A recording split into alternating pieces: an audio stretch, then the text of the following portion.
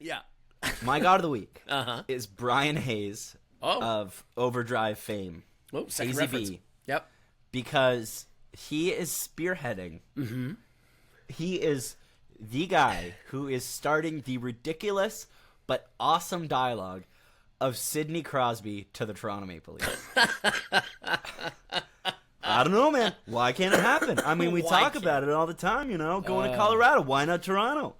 I get it. I get it in that way. On today's Good Buds episode, we talk Auston Matthews returns, the worst trades in Leaf history.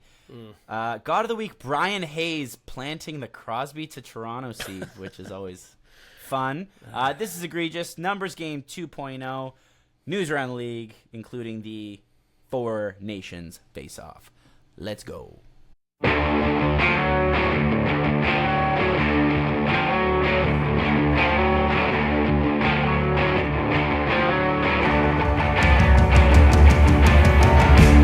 What's going on, everybody? Welcome to episode 44 of the Good Buds podcast, a show about the Toronto Maple Leafs, not weed, but weed is tight. My name is Joey Belfiore, and I'm here with Andrew Bascom. Andrew, the Leafs are rolling.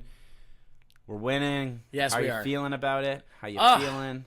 It's crazy. It's been a good stretch of games since we talked last, and it is amazing how many games we've won recently. Yeah, 8-2 in our last 10, 4-1 in our last 5. Wow. Our record is right now 60-7-2, 34 points, which is good for first in the Atlantic, which is what I've been preaching all year long. Yep. First in the Atlantic. That's the goal. Obviously, the goal is the cup, but that's the goal. Yeah. One step at a time. That's the season goal. Yeah, One step at a time. Yeah. We can't win the cup tomorrow, so let's try and win the division, I guess. Exactly. Yeah. I think I saw the last time we won the Atlantic was like 2000. Whoa, really? Am I getting this correct? Is it that long, eh? Wow. It's been a long time because, obviously the last time we won a division, air quotes, was the North Division, but does that count? Probably not. I don't think so. I think, with the full system of the way that they currently use the standings, then yes, that's probably the last time we did it. It's a long time ago. That's a long time. Wow. And it's not like they've been bad for 20 straight years. There's been good teams. But wow, that's a long time. That is a really long time. But they might win it this year, and that's good. Yep.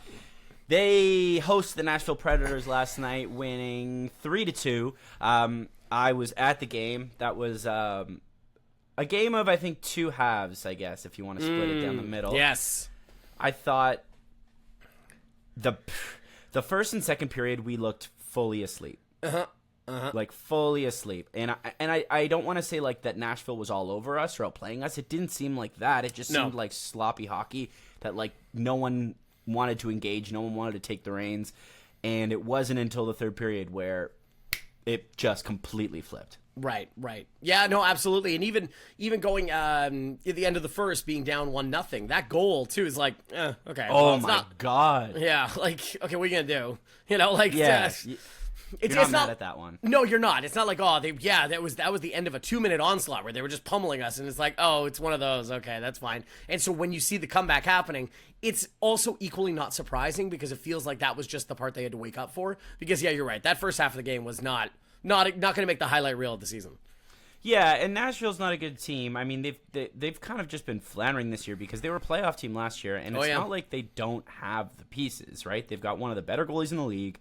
They've got Roman Josi, who's an all-star on defense, Philip Forsberg, Steven Stamkos, the big addition, who they just can't seem to get it going. Ryan O'Reilly, Mr. I'm Afraid of the Big City, which I let him have it last night.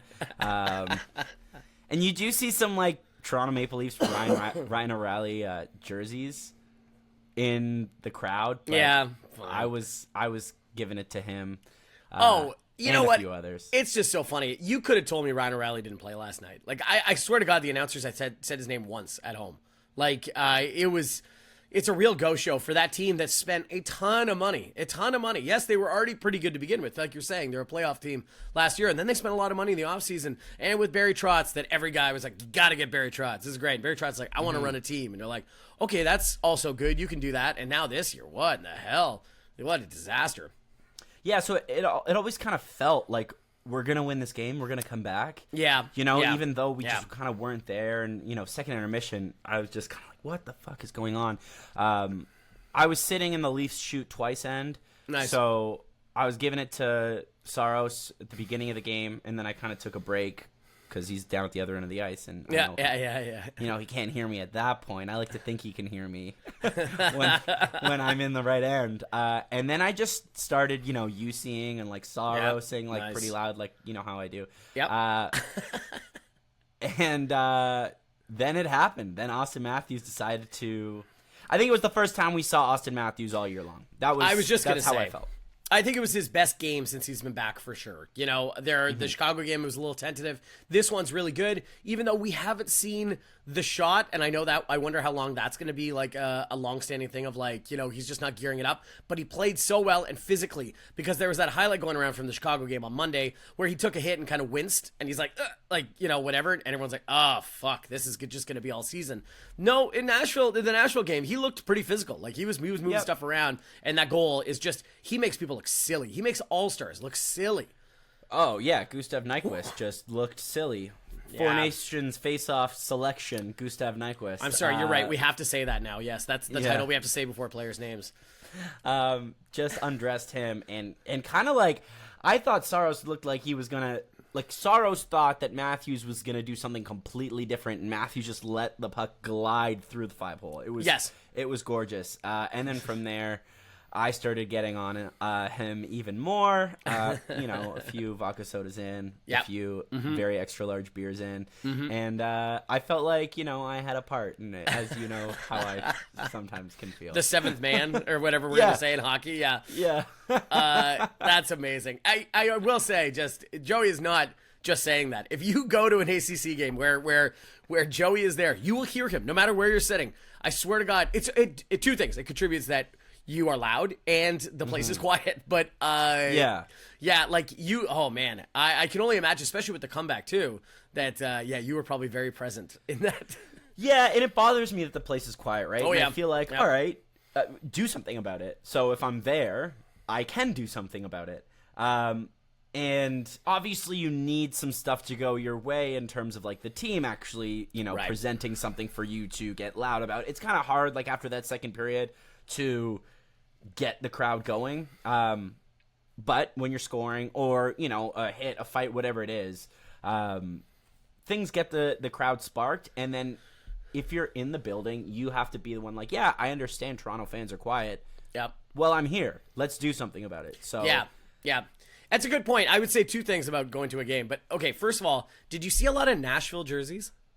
I saw a surprising amount of Nashville jerseys. I'm always curious about, especially new teams. If Chicago, Boston, Montreal come by, you're like, yeah, there's been generations and generations of people. I get this, whatever. When we went to the Knights game a couple weeks ago, and people are in Knights jerseys, I'm like, wow, how did this happen? Yeah. Like, so I'm not even mad. I'm more like curious. I'm like, wait, do you know one of the players? Is like that what, you know? But yeah, the Predators thing. And then the second one is that, you know, I think you also feel a lot of brazen. Well, first of all, alcohol helps, but you're brazen about it because if you're yelling and someone's like, hey, shut up, you're like, no. Like, why is this place so fucking quiet? Yeah. Like, you know, we got to do something, guys. Like, you know, which I will say in the games at least we've gone to this year, there's not been a lot of people that have been like giving looks or anything like that. It's a lot of people just laughing and having fun. So yeah, and I usually like to warn people I'm sitting beside or behind, just like you're gonna hear me tonight. And most people are like in for it, right? You know, it's entertainment, and you're going there to engage in something. There was a guy like 10 rows down from me. He just kept being like, give it to him.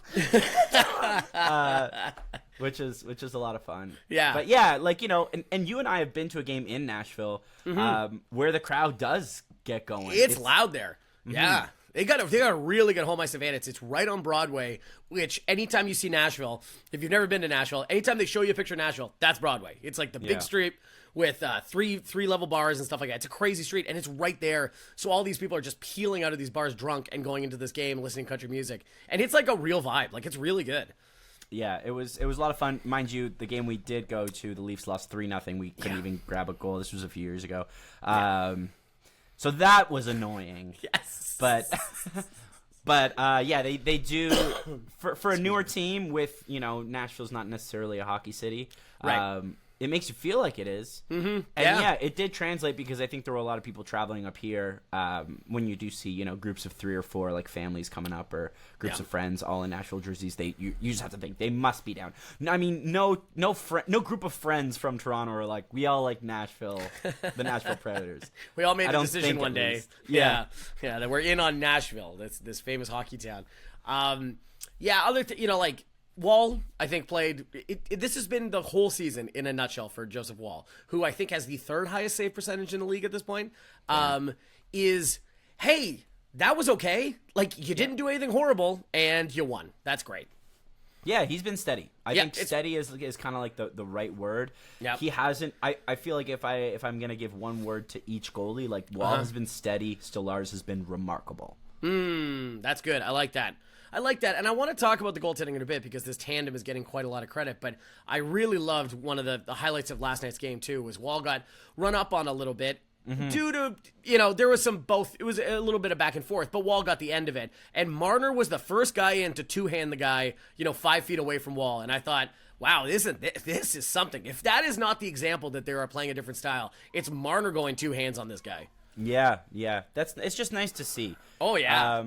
And what I thought was interesting was Berube putting Marner and Matthews together to start the third, and that was like an instant spark. And I think that's just something like, in the Keefe era, I think then next game we're going to see Matthews and Marner back together. I don't necessarily think you need to do that. No. I think it's a good thing to have in your back pocket when, it looks a little stale. Yep. To say, okay, we can throw 34 and 16 together, and we're gonna get something going, because it was an instant spark. It was like as soon as the third started, you saw, they're together on the ice, and then boom, goal. I know it was amazing, and they highlighted on the broadcast too. The game ended with Tavares, Marner, and Matthews playing together. Yeah.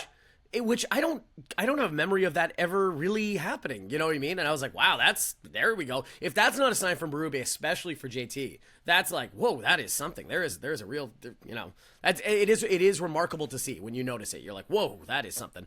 Yeah. Tavares played victim to the trying to get Matthews a hat trick moment where he's already over the red line. Yeah. This is when the net's empty, it's 3-2, and all he has to do is just dump it in. Instead, he passes it behind the red line to Auston, who then iced the puck. Yeah. Mind you, I was sitting there with my hat in hand, looking at Nikki, my wife, and being like, I know we're like 6 seats in, but I'm going to have to run out of here if he scores a hat trick and throw my hat on the ice. Yeah. You're going to give it a go. Yeah. Yeah, because I was 24 rows up, so I wouldn't be able to hit it from where I was, but I'd just run down the aisle and then toss it over, because you have to. You have to. We keep talking about that. Don't fall in love with your hats. Toss them if there's a hat trick. Toss them. Yeah, absolutely. Exactly. But yeah, good game. Way to keep it rolling.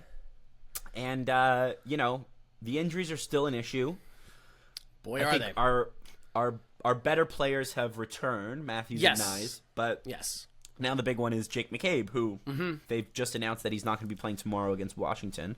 Okay, what is with Berube? Every time they go, coach, in the press conference going, so any update on Jake McCabe? And then you go, obviously we know the Maple Leafs organization. They're not going to say shit. They're not giving anyone timelines. They're not going to do anything. But Berube does this thing where he goes, yeah, he's looking good. I think he'll be playing next game. And then inevitably that game comes and he doesn't play. And then there's no consequence. And you just realize he could say whatever he wants. And everyone's going to be like, sounds good. Okay, cool. And no, there's no follow-up. Yeah, and he's done now the same thing with Yanni Hakaba, who just had a procedure on his knee, and he's like, yeah, he'll be ready to go soon. And I'm like, what? I feel like we got a week straight of that with Matthews. He's like, yeah, he's looking really good. I think we'll see him next game. And then, nope. You're like, oh, okay. So I guess take everything there with a pinch of salt. 100%. The McCabe one is scary because he's both playing his best hockey as a Maple Leaf, that in part with his tandem with Chris Tanev, playing really well, but also because the injury is very scary. It was a puck to the back of the head. It's like the one spot you really, or just below the ear or whatever, the one spot you really can't take any serious impact. In a sport like as dangerous and barbaric as MMA, that's the one place you're not allowed to punch. So keep that in mind, kind of thing. Yeah. And, they were saying after that Tampa game where he got hit in the back of the head, that he was feeling fine, and then he wasn't feeling fine after practice. And then you're like, oh, okay. I'm assuming a concussion. And I don't know, but You think they're probably going to give him the week? Like, we got one Friday and Saturday, so. Yeah, I would assume so. Also, the team's playing well. The luxury that all of these injuries, we have McCabe, Domi, Yarncroc, which, wow, we can get into that for a while. Kampf, Pacioretty, there's more too. And yet it's, Reeves only coming back from a suspension, which we just he looked about. So bad last night. Well, news flash. Yeah, but I will say that there is so much depth that they're playing well. And one of the depth parts I really want to highlight, Fraser Minton, is that he looked so good. And it's funny enough, the one game he doesn't score, and yet he looked great and dangerous. He was in the right spot constantly. And you just wonder if this is inevitably like Pontus Holmberg, like looking off to the side, being like, oh, okay, crap, I think I'm in trouble. Or, being able to, this excuse of injuries is the ability to keep him up and keep him playing. Yeah, I like the way Minton's playing. I mean, he's clearly bought into Berube's system. He's physical. Like, for a guy that, doesn't really have like a rapport of being physical, is playing physical. And he's a smart hockey player. So I think it's a great opportunity for him, and I think he's taking it. I don't know. Like, I don't know how you push him out of the lineup when these other guys get healthy. Like, I think Cam's still a while away. I don't think Yarncroc's going to be playing this year, if I had to guess. Yeah. But the Domi one is interesting because it's, again, like Berube. It's like you think he's going to be ready next game, and then he's just not. And they've already announced that he's not playing tomorrow. So, well, he's skating. He's just not skating with the team. So he hasn't had a chance to even practice with the team yet, which obviously means we are games away probably at this point. Mm-hmm. But also the luxury we're talking about is like there's no rush back. Domi, clearly there was something wrong with him for a while, whether it was mental, now physical, or some combination of both.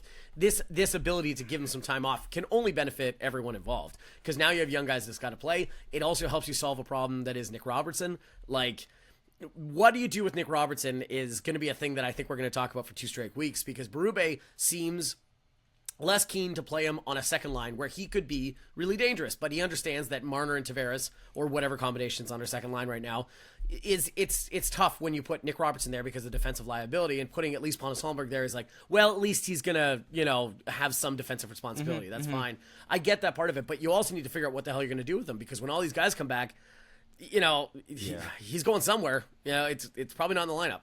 Yeah, we said like weeks ago, we were like, give him some leeway.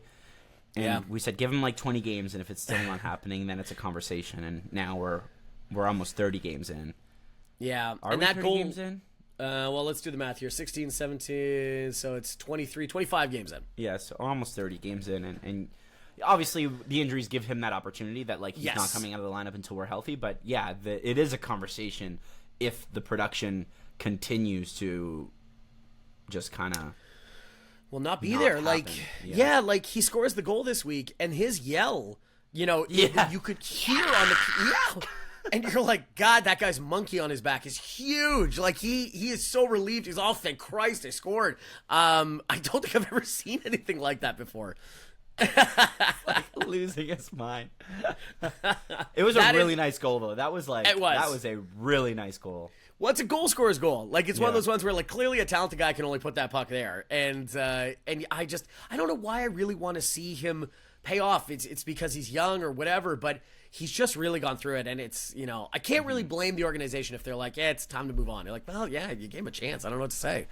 Yeah, it'll be interesting. An interesting conversation to have when we do get healthy. One last thing about the game that I want to get into, and let's just get into this is egregious now, because it is egregious. This is egregious. This is egregious! Okay, so... This is egregious! The Scotiabank Arena now has gender-neutral washrooms. And our section was 109, so it was like right next to a gender-neutral washroom, which was like the closest washroom. Sure.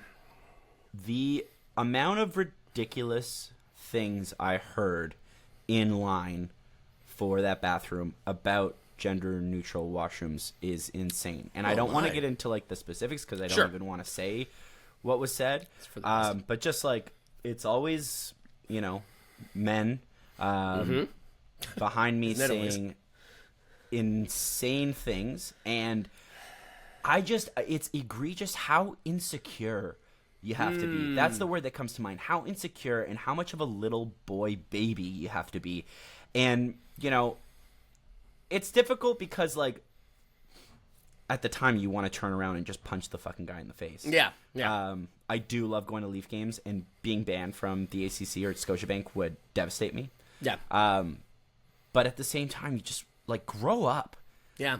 Absolutely grow up. The one guy behind me was saying stuff to his girlfriend, and I was just like, is she not appalled as well? Like, I hope she breaks up with him when they get home.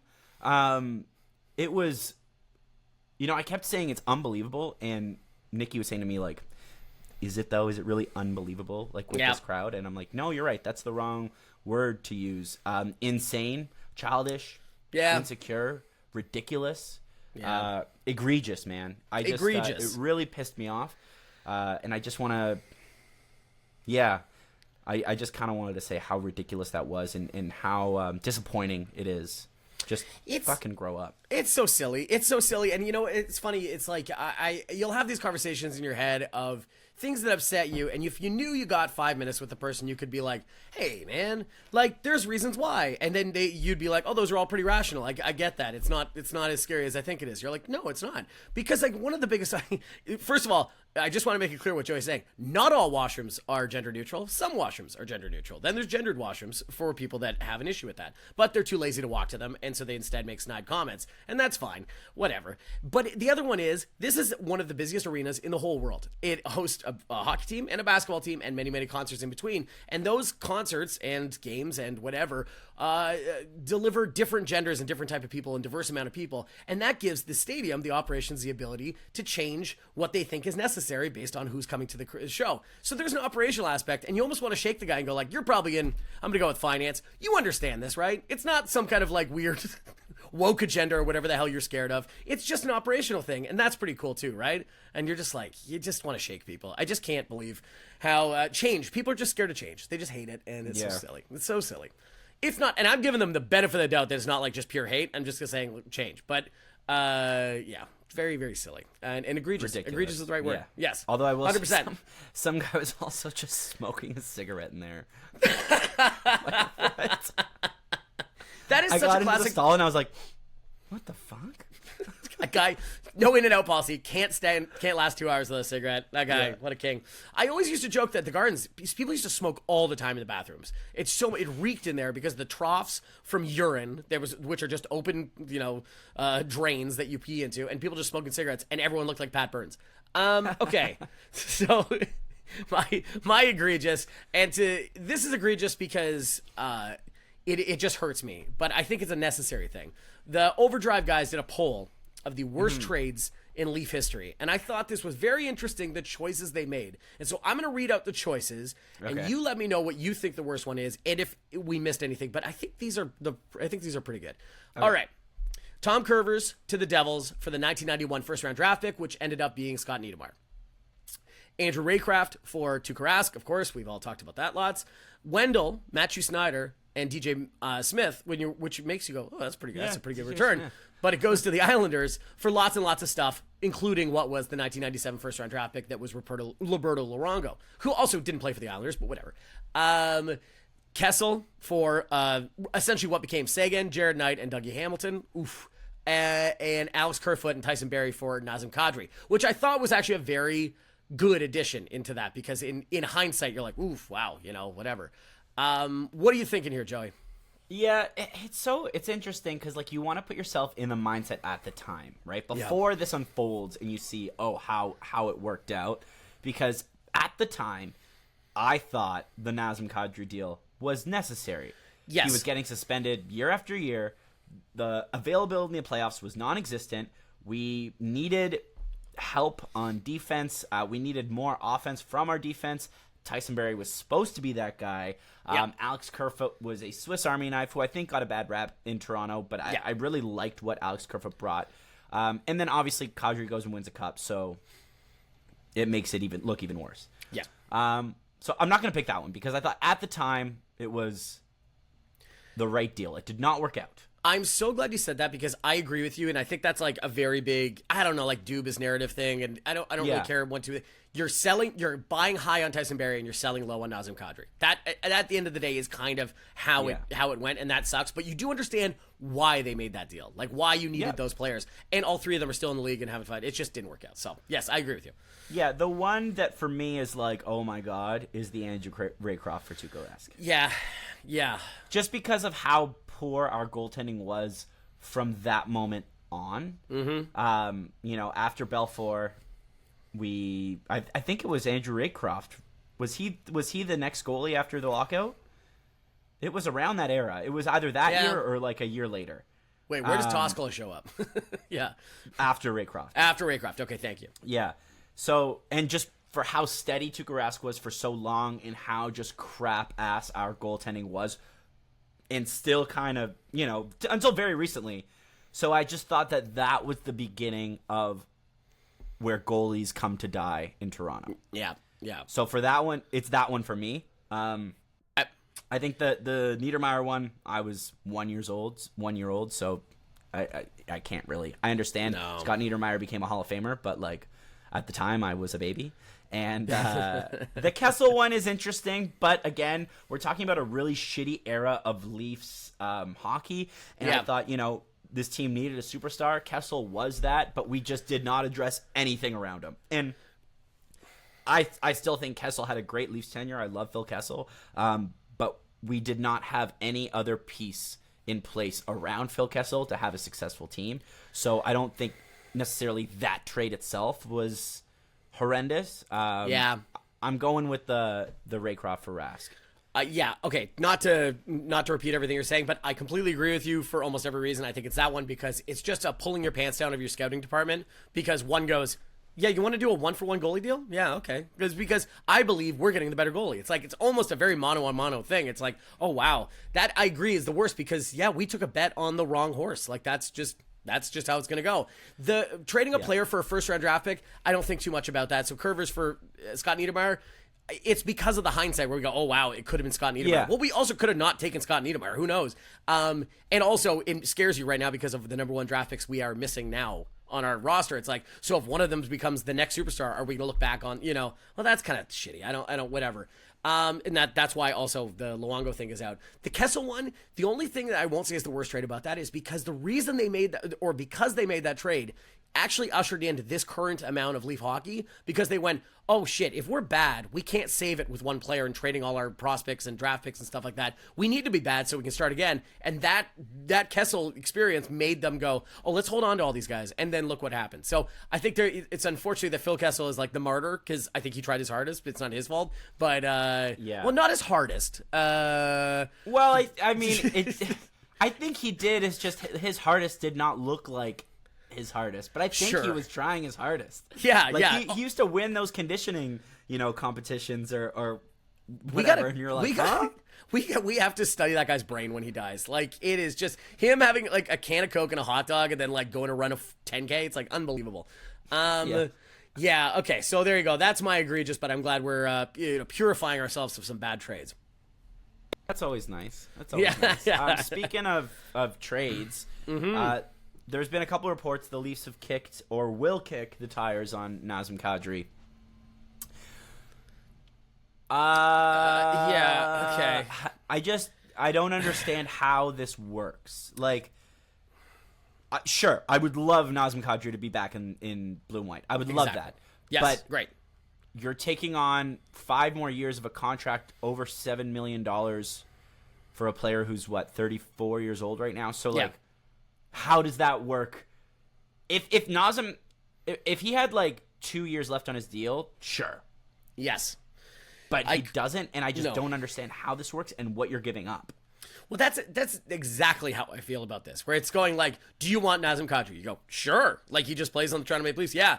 But then how? How does this happen? What do we give up, and how does this contract get eaten? Because this isn't the San Jose Sharks. This isn't, the Anaheim Ducks or even Montreal, where they go, yeah, we're going to be bad for a couple years, so we'll just eat some money. That's totally fine. Calgary thinks they can compete, they're in a playoff spot right now. Absolutely. They're currently in a playoff spot. So what incentivizes them to do this, other than they think they're going to get better? Well, how are they getting better? He's a good player. Maybe getting rid of the contract. Well, then that means they're not going to eat any of it. This is one of those ones where it feels like fantasy football, where you're like, well, that sounds cool, but then the realistic part of it is like, wait, that doesn't make any sense. Yeah, obviously if this deal were to happen, Calgary would be having to retain a portion of Kadri's salary. And 50%. Yeah, I don't understand a world where they would be okay with doing that, especially when we've heard reports that they don't want to deal with Tree Living anyway. That's exactly it. Why are they helping us? That would be just... Dubas and Kyle Davidson with the Blackhawks. They clearly had a friendship where they looked after each other. Because they're the same person. You're right, because they were cloned by the same original host. Yeah. But the McCabe deal and all these things where like, oh, they really did don't worry, we got this, kind of thing. This is the opposite of that. These guys barely talk to each other. They're not going to help us out. As much as I think it's just wish baiting where you go, oh, that sounds so good, we should figure it out. Well, it's not going to happen. Probably. Yeah. I could be wrong. You know what does sound good? And What's that? I'm going to lead this into the God of the Week. Okay. Let's do the God of the Week. Sure, God of the Week. Obviously, we're looked upon as, kind of gods here, to be honest. So, yeah, my God of the Week is Brian Hayes Oh. of Overdrive fame. Oh, second AZB. reference. Yep. Because he is spearheading. Mm-hmm. He is the guy who is starting the ridiculous but awesome dialogue of Sidney Crosby to the Toronto Maple Leafs. I don't know, man. Why can't it happen? I mean, we talk about it all the time, going to Colorado. Why not Toronto? I get it. I get it in that way. Why not Toronto? Why is, first of all, let's talk about this in the way that Crosby is willing to leave Pittsburgh. Right, Because okay, I don't think he's actually willing to leave Pittsburgh. I think he's going to end his career in Pittsburgh. But if they continue to be as bad as they've been, and he's like, no, I genuinely want a chance to win in the last couple of years of my career. Yeah.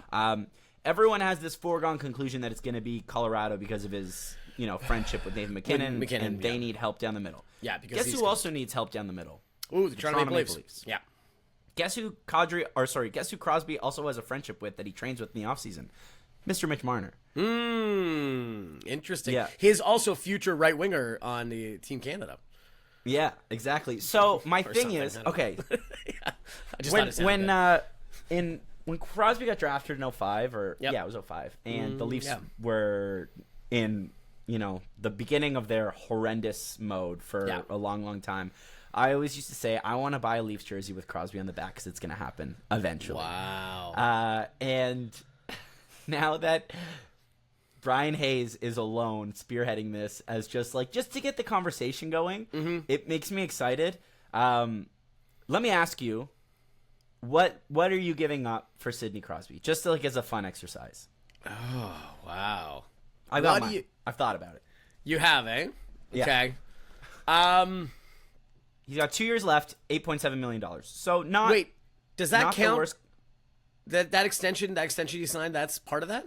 Yeah, it's not this year. It's next year and the following. So 2 more years after this one. Okay. Oh, man. What do I give up for... It's like a first... Oh, man. It's Easton Cowan. Yeah, he's gone. Yeah, it's Easton Cowan. Gladly. First, Gladly? Okay. Didn't we just do this whole thing with old players and trading? It's Sidney Crosby, though. It's Sidney Crosby. I understand. Yes, I do understand that it's a little different than Tom Curvers, but yeah, I guess it's a couple firsts and Cowan and Nick Robertson or something like that. Or Topola probably too. He probably goes.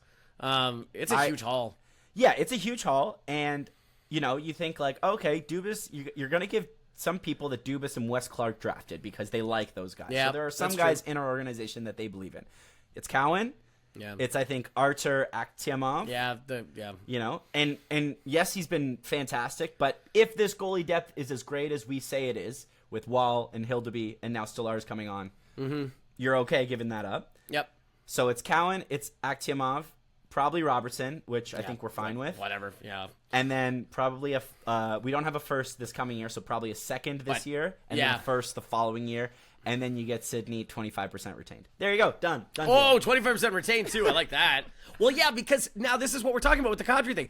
Pittsburgh is incentivized to hold salary because they go, great, can we get a second for 25%? You go, yeah, that sounds great. No problem at 100%. All. Because why would they care? And then Erik Karlsson's probably out the door next and, the whole thing. But, it's ridiculous. I know. At the same time, would that not send just ridiculous excitement up your spine, down your spine, just oh my god, if Sidney Crosby was a Leaf, that would be amazing. So God of the Week, my God of the Week, Brian Hayes, thank you for starting the conversation, putting that in the universe. Putting it in the universe. I think John Tavares becomes the Joker if that happens. He's like, third line, really? Oh, okay, cool, awesome. I'm having a good year. It's like, yeah, no, I know. Okay, my God of the Week. This is a couple days old at this point, but it's not only for what he did, but it's for the hockey discourse that happened for the week afterwards. Paul Bissonnette fighting 7 drunk people in Arizona is so impressive for so many reasons. He stood up for a hospitality employee that was getting bullied and eventually a manager that got assaulted by these 6 drunk idiots that were stepping off a golf course. It also turns out, you will not be surprised, that these people, allegedly, all have either levels of criminal records or just shady nonsense stuff where they're back end real estate agent stuff, which is just terrible people that are taking advantage. Paul Bissonnette says, please don't touch that manager again. And then they take it outside and he proceeds to fight all of them, all of them alone, and holds his own. Yeah, he got kicked a few times and stuff like that, but I cannot get enough how impressive it is that he decided to do this. And also it is the worst case scenario for these 6 idiots that they see him and they're like, yeah, shut up. And then he turns out he fought kind of professionally for a living. That, and then we get from the TNT broadcast, which continues to be just lapping anything that we have television-wise in Canada. You get Brad Marchand on the mic being I need to get those 6 guys that beat the wheels off you. I laughed so fucking hard at that, and I just think it's the thing that we're missing, that it is what hockey wants to be. A good guy standing up for something that he thinks is right, and then everyone ribbing about it. That is what this should be, and it's so much fun. So good for Paul Bissonnette and good for everybody. Yeah, a crazy story of what's now coming to be of who these guys are. He's he didn't die. All in all. Yeah. Well, it's crazy. It's wild. Yeah, you hope that these guys get a little more than just a slap on the wrist for this, because yikes. I know. Just a crazy story. Speaking of players and fun little scenarios, here's kind of the last one I want to give you. The Marner contract talks. Sure. Do you get it done now? Do you wait till the playoffs to see what happens after? What would you do? I think you wait till the end now at this point. I think there's no way that Treliving signs. I think everyone's come around. I think the frost has melted a little bit, and people are Mitch Marner being a Toronto Maple Leaf is not the worst thing in the world, which I can't begin to describe how much of a wild oversimplification that is. But it is. I think he's warmed over a lot of people, and yet I know when the playoffs come, people's attitude will change. Brad Treliving, even just from a PR standpoint, I think would get some flack for paying at the peak of a player's performance mid-season 2 years in a row. I think Nylander, scoring all those goals, being absolutely on fire, and then goes, here's the bag. Totally understand. Mitch Marner doing it again. You'd kind of go is this your plan? You just wait for them to play well, and then you sign them to a contract? I don't really understand that. I think Mitch Marner also wants to get the best deal possible, so I wouldn't be surprised if this was a mutual thing to wait till the end of the season. Interesting. Yeah. What do you think? I don't know what the right move is, but if I were a betting man, which I am, I would say that this deal gets done sometime by the end of February. Oh, really? You do think that's going to happen? I think it's going to happen. Okay. I think we all know it's going to happen. We all know that Mitch Marner isn't going anywhere. No. I think there's a number in mind. I think that number is not going to go down in any way. I think the only thing that happens to that number is it goes up significantly if he goes on a huge heater in the playoffs. Otherwise, I think the baseline of that number is staying the same. It's in that 12 range. Yeah. If Mitch Marner, has his 115 points and then has an okay playoffs and the Leafs get eliminated in the second round, I still think he makes in the 12s. If Mitch Marner has 115 points and then plays out of his mind in the playoffs and the Leafs go 3 or 4 rounds, then I think that number can hit maybe 13. So I think it's happening. Yeah. I'm happy that it's happening. I think it's probably going to happen, if I had to guess, in the January-February era, by the end of February. Wow. Okay. That happens. That would be my guess. We'll see. That's interesting. I could totally see that happening. Like, I think it would be a relief for all parties just to be like, well, we don't have to talk about that again. That's great. And then just get to focus on, hopefully moving on in the playoffs. So, yeah, I could totally see that happening. I find it more interesting that your idea that there is a range that he's going to fall into, because I wonder if that is an accepted thing between both parties, or if that's the Leafs going, hey, this is who you are. These are the comparable players. You are this amount of money. Where we've found out in the past that the Marners are, tough negotiators. I'm going to say that, whatever, a pain in the ass about stuff. So I wonder if that is just going to be accepted. Yeah, Paul Marner. Hilarious. That is like one of the big hanging question marks. It's like another centerman to trade for and whether Mitch Marner signs. Like, it really is just the reoccurring headline of the season. Yeah, for sure. Yeah. We got Washington Friday, Pittsburgh on Saturday. Oh, Pittsburgh. Yeah. Do it a then. Lot of Pittsburgh talk. Just walk across the locker room. Yeah, do it then. You want to do a numbers game? Yeah, let's do the numbers game. A new version of the same game from last year where I pick a number between 1 and 99, and Joey has to name 2 Leafs who have worn that number. He cannot name a player who is currently on the roster. For each player Joey cannot name, per number, he will donate $5 to the You Could Play Foundation, a foundation working to ensure the safety and inclusion for all that participate in sports. The total donations so far are $10. And I'm sure we'll get it up there a little bit more, and maybe it'll be today. So, Joey, I'm giving you a little bit of context to this number. It is 25. I'm going to say this now so you start thinking. But I'm going to let you know that even though 25 maybe not the most famous number in Leafs history, it has actually been worn by the most players. 49 players have worn 25. Whoa. Yes, by far the most. So I thought it'd be an interesting number to start with. I'll leave it to you. I got my 2. You do? I do. Wow. So first, I'll say, obviously, it doesn't count, but Connor Timmins currently wears 25. Thank you very much. Yes, absolutely. Mr. James Van Riemsdyk wore number 25. Yes, he did. 2017, 2018. Yeah. When he had to change because he originally was 21, and then when they retired the numbers, he changed from 21 to 25. Yes. Very good. Here's my deep cut. Okay. Another 25 for the Leafs was Mr. Jyrki Lumme. Whoa, that is who you went with.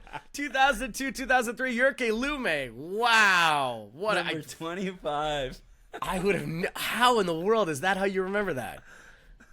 Wow. That is unbelievable. I'm going to highlight a few other numbers. Holy shit. Andre Kasha from 2002 wore it. Rich Clune wore it. Santorelli, TJ Brennan, Hal Gill for a year. Joe Nieuwendyk for that year. Yeah. And then like a lot of very good but non-remarkable players. But one of the other reasons I wanted to bring it up is because Tom Curvers wore it in 1990, 1991. Oh, nice, who was traded for Scott Niedermayer, kind of. Nice little full circle moment. Yes, there you go. And it's what Sidney Crosby will... No. So there you go. There you go. Joey, congratulations on getting 2. That is one of the hardest lines you could have taken for it, and it's so impressive. That is unbelievable. Wow. Oh, man. Yeah, I don't know why my brain went there instead of like Joe Nieuwendyk, which would make a lot more sense. Some news. The Four Nations face-off rosters are out. Yeah. I don't know. What do you make of this? I don't know. I have lots of thoughts about it. I want to start by saying I watch a lot of Leafs hockey, but I think my general NHL watching has gone down as compared to when I was younger. And I just find it interesting because for all these Olympic teams and stuff like that, every player I'd be like, oh, yeah, that's great. But what about this guy? And what about this guy? But when they start naming Team Canada and they're like, Seth Jarvis, I'm like, well, I know who Seth Jarvis is, but is he really a Team Canada player? Like, I felt like before it was like Hall of Famers, 20 out of 20, no problem at all. And now it's like, wait, what happened? Like, hey, there's always the Chris Kunitzes. I get that. But there's like, I feel like more and more, and I can't tell if that's my relationship to hockey or Canada's relationship and full grip on hockey, that it feels like more and more players are like, really, hey, okay, interesting. All right, I didn't know that he was that level. What about you? Yeah, I think the John Tavares snub is interesting. Yep. And I think it's interesting that the Score article was highlighting snubs, and he wasn't even on the snub list. Oh, wow. Just with how good of a year he's having. Yeah. Obviously, Mark Scheifele is another snub. Noah Dobson. But my thing is, like, okay, this is better than an All-Star game. I will say that, and I understand what they are doing because the Olympics is in 2026, and they want a little precursor. But I just don't care that much.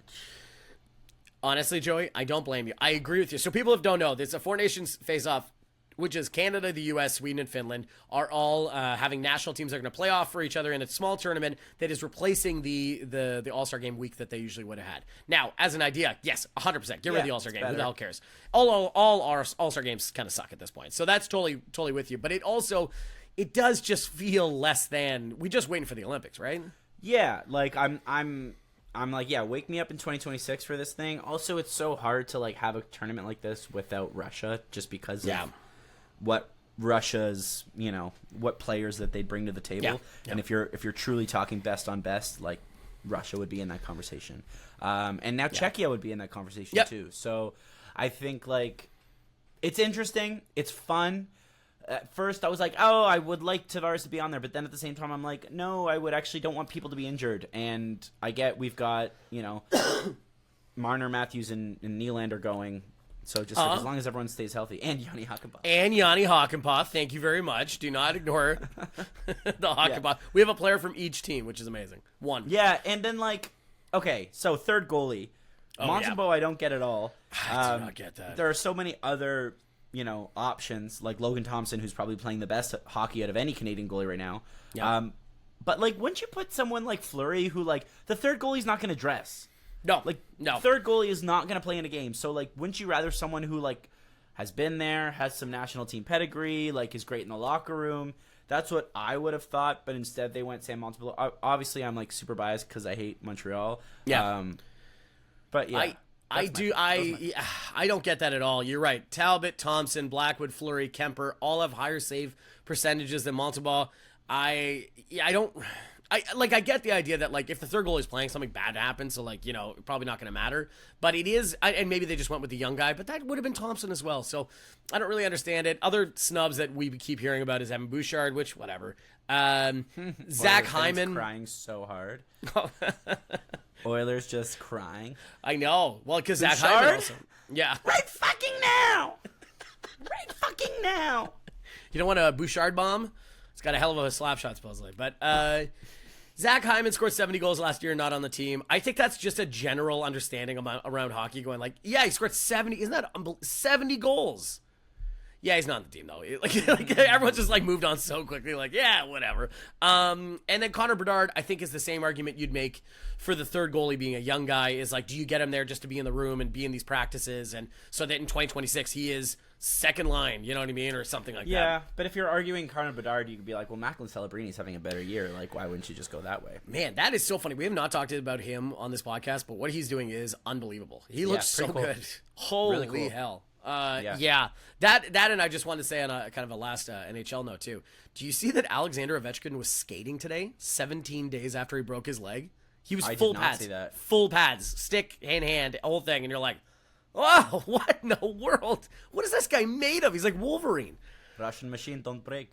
Oh, seriously. Good God, yeah. Wow. A couple of hot dogs and Cokes. Yeah, it's unbelievable. So, yeah. But Macklin Celebrini is a name that we'll definitely be bringing up more on this podcast. Yeah, I mean, it's fun. I'm being a sour Samuel sure. About it just because, like, I just want the Olympics. And, like, that's what gets me excited. But, I'll watch every game. Like, yeah, I'm going to watch it. I'm going to watch it. The only thing I'd say is, since you brought up how you're a betting Brad or whatever, is that Canada's a plus 135, USA's plus 175, Sweden's plus 490, and Finland's plus 700 to win it all. Where are we going? Where would you put your money?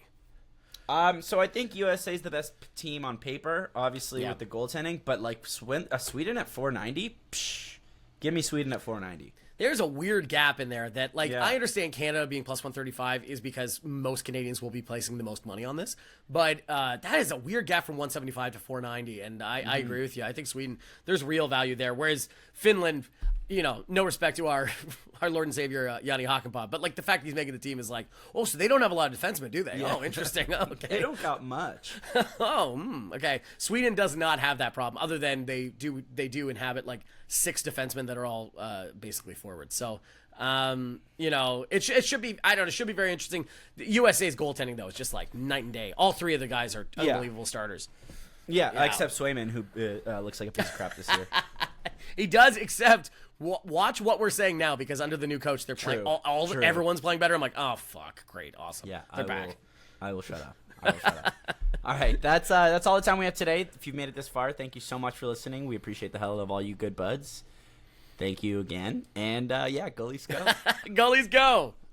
And go Canada go, I guess, too. We'll do that, too. When you're back down in Mexico, I hope you feel better like you wanted to then. I know we haven't talked. Furnished by Sad Styles Productions. Get into it.